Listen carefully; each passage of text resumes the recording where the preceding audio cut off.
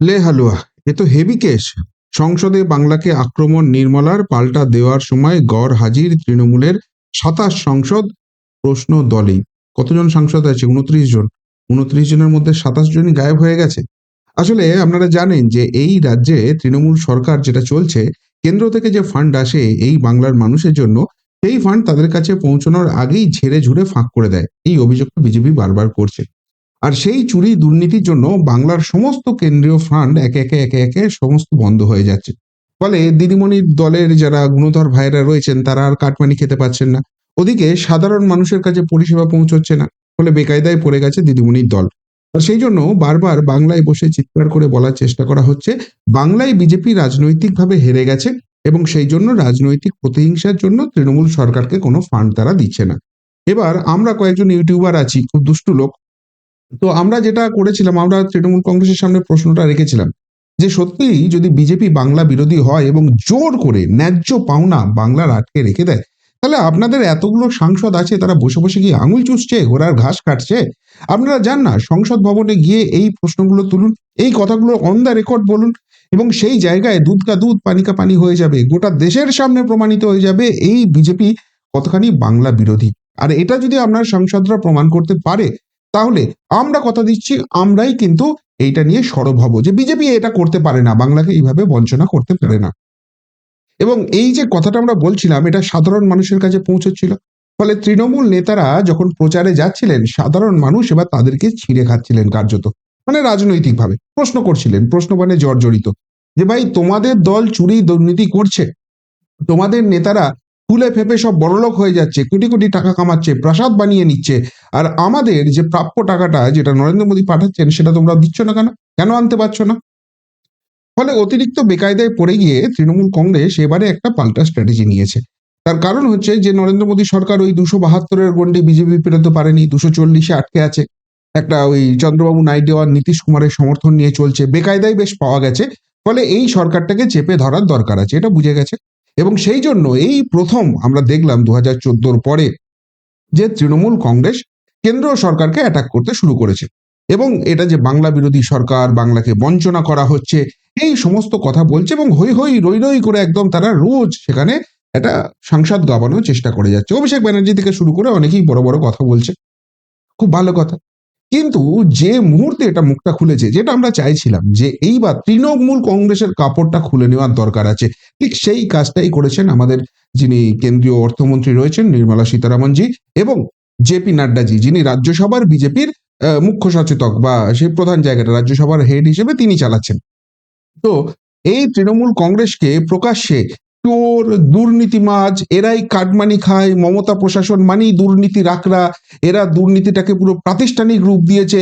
মানে এই বাংলার যে সত্যিকারের রূপটা যেটা এতদিন ঢাক ঢাক গুড় করে চলছিল, ওপেন অন রেকর্ড লোকসভা এবং রাজ্যসভায় খুলে দিচ্ছে বিজেপি। এবং এর ফলে রীতিমতো চাপে পড়ে গেছে। আর তাই ওই বুড়ি ছোঁয়ার মতো কোনো এক সাংসদকে দিয়ে কিছু একটা বলিয়ে নিচ্ছে। এইবার যখন পাল্টা নির্মলা সীতারামনজি বা জেপি নাড্ডাজি এরা যখন উত্তর দিতে শুরু করছেন, বা বিজেপির কোনো নেতা বা এনডিএর কোনো মন্ত্রী যখন উত্তর দিতে শুরু করছেন, এরা স্পষ্টভাবে বুঝতে পারছেন যে কিভাবে রাজনৈতিকভাবে এদেরকে কাপড়টা খুলে নেওয়া হবে। তৃণমূল কংগ্রেস যে কতখানি করাপশন করছে এবং তাদের দুর্নীতির জন্যই বাংলার মানুষ আজকে বঞ্চিত, সেই জায়গাটা ছত্রে ছত্রে প্রমাণ হয়ে গেছে। আর যেই এই জায়গাটা হচ্ছে, এবার বিজেপি তো ছাড়ুন, সংসদে তাদের একটা বড় সংখ্যক রয়েছে, এনডিএ জোটে একটা বড় সংখ্যক সাংসদ রয়েছে, তারা তো হই হই দুয়ো দুয়ো দুয়ো করে যাচ্ছে। শুধুমাত্র তাই নয়, এই ইন্ডি জোটের অন্যান্য যারা শরিক রয়েছে তারাও একদম হতবাক হয়ে যাচ্ছে। তারাও বুঝতে পারছে না যে এইভাবে যখন ওপেনলি অ্যাটাক হচ্ছে, এবং সত্যিই তো বাংলা সম্বন্ধে এইরকম অন দ্য রেকর্ড যখন কথা বলছে, এরা কতখানি করাপশন করেছে, তারাও কি করছে এদের সঙ্গে দূরত্ব বাড়াচ্ছে। ফলে তৃণমূল কংগ্রেস সংসদে হয়ে গেছে পুরোপুরি একা। আর সেই জায়গা থেকে ওই বিজেপির ঝাড়, কেন্দ্রীয় মন্ত্রীদের ঝাড়, তাদের ওই অপমান এবং বাংলার যে সত্যিটা তারা তুলে ধরছেন, আর সহ্য করতে পারছেন না। ফলে ওই কোনো রকমে বুড়ি ছোঁয়ার মতো একটুখানি বলে দিচ্ছেন বাংলাকে বঞ্চনা করছে, করেই তারা ধাঁ কেটে পড়ছেন। আর সেই জন্য যখন পাল্টা ঝাড় দেওয়া হচ্ছে, আর সংসদ ভবনে কাউকে খুঁজে পাওয়া যাচ্ছে না। ২৯ জনের মধ্যে ২৭ জন সাংসদই কিন্তু গায়েব হয়ে রয়েছেন। এবং সব থেকে বড় কথা চিন্তা করুন, তৃণমূল কংগ্রেস, মমতা বন্দ্যোপাধ্যায়, অভিষেক বন্দ্যোপাধ্যায় নাকি সেনাপতি, তিনি অনেক বড় বড় কথা বলেছিলেন লোকসভায় দাঁড়িয়ে, তিনি কোথায়? বলেছিলেন না বেশি বেশি করে তৃণমূলকে জেতান? যত বেশি তৃণমূলকে জেতাবেন, দিল্লির ওই নেতাদের, দিল্লির মন্ত্রীদের একদম কলার ধরে টাকা নিয়ে আসবেন বাংলার জন্য। বাংলাকে বঞ্চনা করে কিভাবে থাকে, কোথায় পালিয়ে গেছেন, কোন গর্তে লুকিয়ে বসে আছেন অভিষেক ব্যানার্জিরা, এবার তো বাংলার মানুষ জানতে চাইছে। কেন ফেস করতে পারছেন না নির্মলা সীতারামনজিকে, কেন ফেস করতে পারছেন না জেপি নাড্ডাজিকে, কেন ফেস করতে পারছেন না নরেন্দ্র মোদী সরকারের প্রশ্নের উত্তরগুলো, পালিয়ে বেড়াচ্ছেন কেন? কি অবস্থা দেখুন। 29 জন সাংসদ গেছে, আরো বেশি বেশি করে ভোট দিন তৃণমূল কংগ্রেসকে, আরো বেশি বেশি করে তাদের সাংসদকে জেতান, আর তারা সব ল্যাজ গুটিয়ে পালিয়ে যাচ্ছে। শুধুমাত্র সংসদে বসেছিল, কয়েকদিন আগে অসুস্থ হয়ে পড়েছিল সৌগত রায়, যে আবার এখন ক্রিকেট ফ্রিকেট বেশি বুঝছে, তোয়ালে মুড়ে টাকা নাই বলে অভিযোগ উঠে যায়, সেই সৌগত রায় আর কল্যাণ ব্যানার্জি। তো যখন নির্মলা সীতারামনজি এরকম তেড়ে আক্রমণ করছেন, একদম স্ট্যাটিস্টিক্স দিয়ে বুঝিয়ে দিচ্ছেন যে মমতা প্রশাসন ঠিক কতখানি চুরি করেছে, কতখানি দুর্নীতি করেছে, এবং খোদ মমতা ব্যানার্জি নিজের দলের নেতাদের বলছে যে তোমরা আর টাকা চুরি করো না। এমনকি তার দলের যে কর্মী সমর্থক রয়েছে, সাধারণ মানুষ রয়েছে বাংলা, তাদেরকে বলছে যদি আমার দলের কেউ টাকা চায় তাদের টাকা দিও না, তারা টাকা ঝেড়ে দেবে, আমাকে সরাসরি রিপোর্ট করো। এই সব কথাও কিন্তু সংসদে পরিষ্কারভাবে জানিয়ে দেওয়া হচ্ছে। তখন এই কল্যাণ ব্যানার্জি আর সৌগত রায় একটু চেঁচামেচি করার চেষ্টা করছিলেন, বিশেষ করে কল্যাণ ব্যানার্জি। সব জায়গায় তো গলাবাজি করা তার স্বভাব হয়েছে, সব জায়গায় যদিও চূড়ান্ত অপমানিত হতে হয় তার ন্যাক্কারজনক কাজের জন্য, তারপর ল্যাজ ঘুটিয়ে পালিয়ে যান। তো এদিনও সেই কাজটা করতে গিয়েছিলেন, হই হই হই হই করে উঠেছেন। তখন এই বিজেপির যে বেঞ্চ রয়েছে বা এনডিএর যে বেঞ্চ রয়েছে, সেখান থেকে বলেছে, ও কল্যাণ দা, এত বড় বড় ফুটানি যে করছো, তোমার পিছনে তোমার দলেরই তো কেউ নেই, দেখো কেউ তোমার সাপোর্টে নেই। সত্যি কল্যাণ ব্যানার্জি দেখেছে কেউ কোথাও নেই, তারা কিন্তু সেখান থেকে পালিয়ে গেছে। আর বাইরে বেরিয়ে তখন রাগ উগরে দিয়েছে সংবাদ মাধ্যমের সামনে, বলছে আমরা যখন প্রথম সাংসদ হিসেবে সংসদ ভবনে এসেছিলাম, তখন আমরা শেখার জন্য বেশি বেশি করে এখানে যেতাম, কিন্তু এখনকার তৃণমূলের যারা সাংসদ হয়ে রয়েছেন, বিশেষ করে নতুন করে যারা রয়েছেন, তারা বেশ ভালো পোশাক আশাক পরে এসে ছবি টবি সোশ্যাল মিডিয়ায় দিয়ে দিচ্ছেন, বা সেইটুকুনি তাদের কাজ শেষ। এটা দলের অবশ্যই গুরুত্ব দিয়ে দেখা উচিত। সত্যি কি তাই? এরা অপদার্থ, ব্যর্থ, যাদেরকে মমতা ব্যানার্জি টিকিট দিয়েছেন আর বাংলার মানুষ এদেরকে জিতিয়েছে, আর তারপর কপালটা কিভাবে পুড়ছে দেখুন। তৃণমূল কংগ্রেসই এদের সত্যিটা সামনে নিয়ে চলে আসছে, বলছে এরা শুধু পোশাক আশাক ফ্যাশন এইসব নিয়ে ব্যস্ত, আর ছবি তুলে ফেসবুকে দিতেই ব্যস্ত। এরা এরা কোন রকম সংসদের যে রীতিনীতি আছে সেইগুলোই মানতে পারছে না, এবং এটা দলের ব্যবস্থা নেওয়া উচিত। আবার এর পাশাপাশি আরেকটা জিনিসও হচ্ছে যে কাপড় চোপড় দেখানো, পোশাক আশাক, ফ্যাশন ডিজাইন, সেগুলো তো সব ঠিকই আছে, তার পাশাপাশি ওই যে অপমানটা করছে সেই সত্যিটা আর সহ্য করতে পারছে না, সেই জন্য ওখানে থাকতে পারছে না। তো এখন প্রশ্নটা হচ্ছে, যদি এইভাবে নির্মলা সীতারামনজিরা আক্রমণ করেন, সত্যিটা সামনে নিয়ে চলে আসেন এবং সেটাকে তৃণমূল কংগ্রেস ফেস করতে না পারে, তাহলে এই যে এদেরকে এত ভোট দিয়ে জিতিয়েছেন, আগামী 5 বছর তো ডুডুখানা বাং, কপালে কিছুই জুটবে না। তৃণমূল কংগ্রেসও টাকা মারতে পারবে না, আর সেই টাকা মারতে যাতে না দিতে পারে সেই জন্য নরেন্দ্র মোদী সরকারও টাকা পাঠাবে না। তো আলটিমেটলি কপালটা কাদের পুড়লো? তৃণমূলকে বেশি বেশি করে ভোট দেওয়ার জ্বালাটা বুঝতে পারছেন এবার?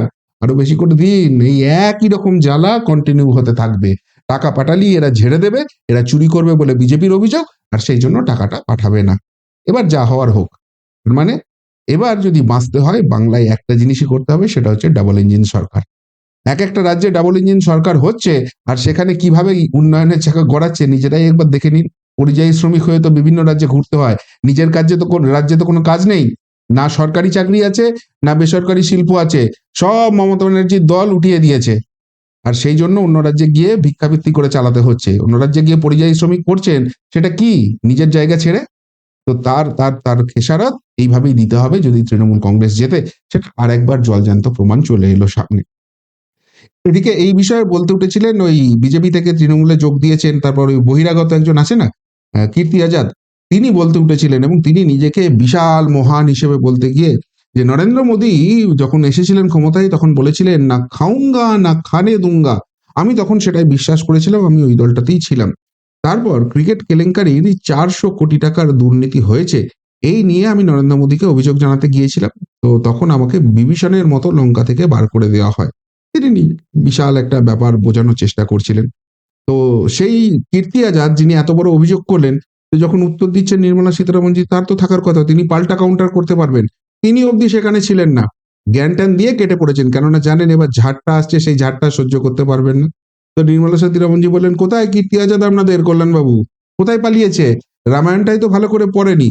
তারপর একদম ডেটা তুলে তুলে, স্ট্যাটিস্টিক তুলে তুলে এই জায়গাটা দড়িয়ে দিয়েছেন যে আসল চোর কারা, আসল চুরি কারা করছে, কারা দুর্নীতিবাজ এবং কাদের জন্য বাংলার মানুষ বঞ্চিত হচ্ছে।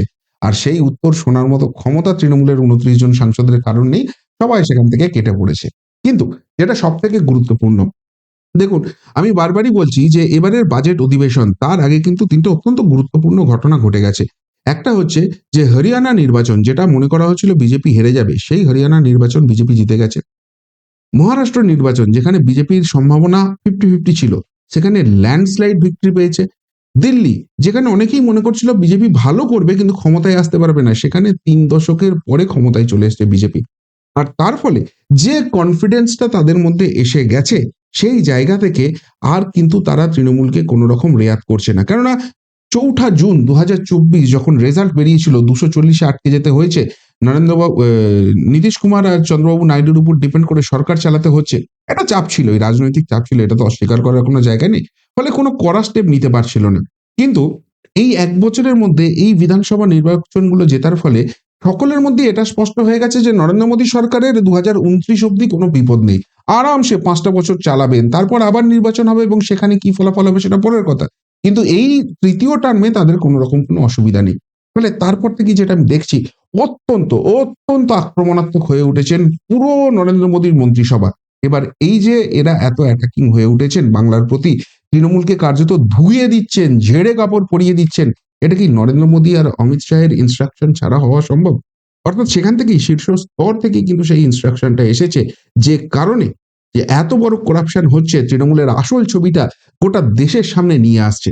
তো এটা থেকে তো একটা জিনিস স্পষ্ট হচ্ছে যে বাংলা নিয়ে যারা বলছিলেন সেটিং টেটিং ওইসব শেষ। বাংলাতে যত দিন যাবে বিজেপির চাপ আরো বেশি বাড়বে এবং বিজেপি বাংলাকে পাখির চোখ করে নিয়েছে। ২ নম্বর, সেটা করছে করুক, কিন্তু সংসদে অন রেকর্ড এতগুলো কথা বলা হচ্ছে, এর পিছনে কি অন্য কোনো কারণ আছে? অর্থাৎ বারবারই যে সম্ভাবনাটা উজ্জ্বল হচ্ছে যে পশ্চিমবঙ্গে তো ভোটের সময় গণতান্ত্রিক পরিবেশ থাকে না। সেখানে গণতন্ত্র লুট করা হয়। ফলে সেখানে রাষ্ট্রপতি শাসন জারি করা হোক কি এটলিস্ট ৩৫৫ জারি করা হোক, যাতে পুলিশ দিয়ে দলদাস চটিচাটা পুলিশ দিয়ে এই নির্বাচনটাকে প্রহসনে পরিণত করা না যায়।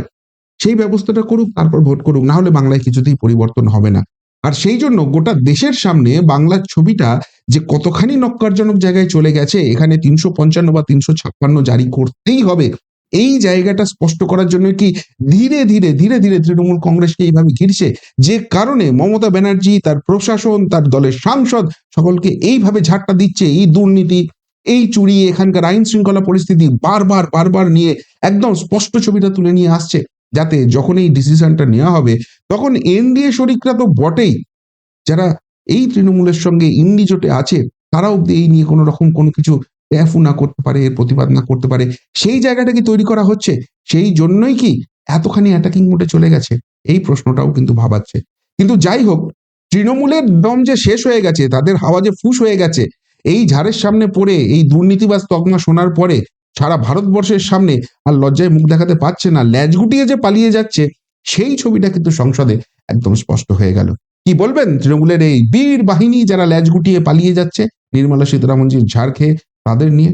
যদি কিছু বলার থাকে অবশ্যই কমেন্ট বক্সে কমেন্ট করে জানাবেন। এখনকার মতো এখানেই শেষ করলাম। ফেরত আসছি নতুন প্রতিবেদন নিয়ে খুব তাড়াতাড়ি। ভালো থাকবেন, সাথে থাকবেন, পাশে থাকবেন। নমস্কার।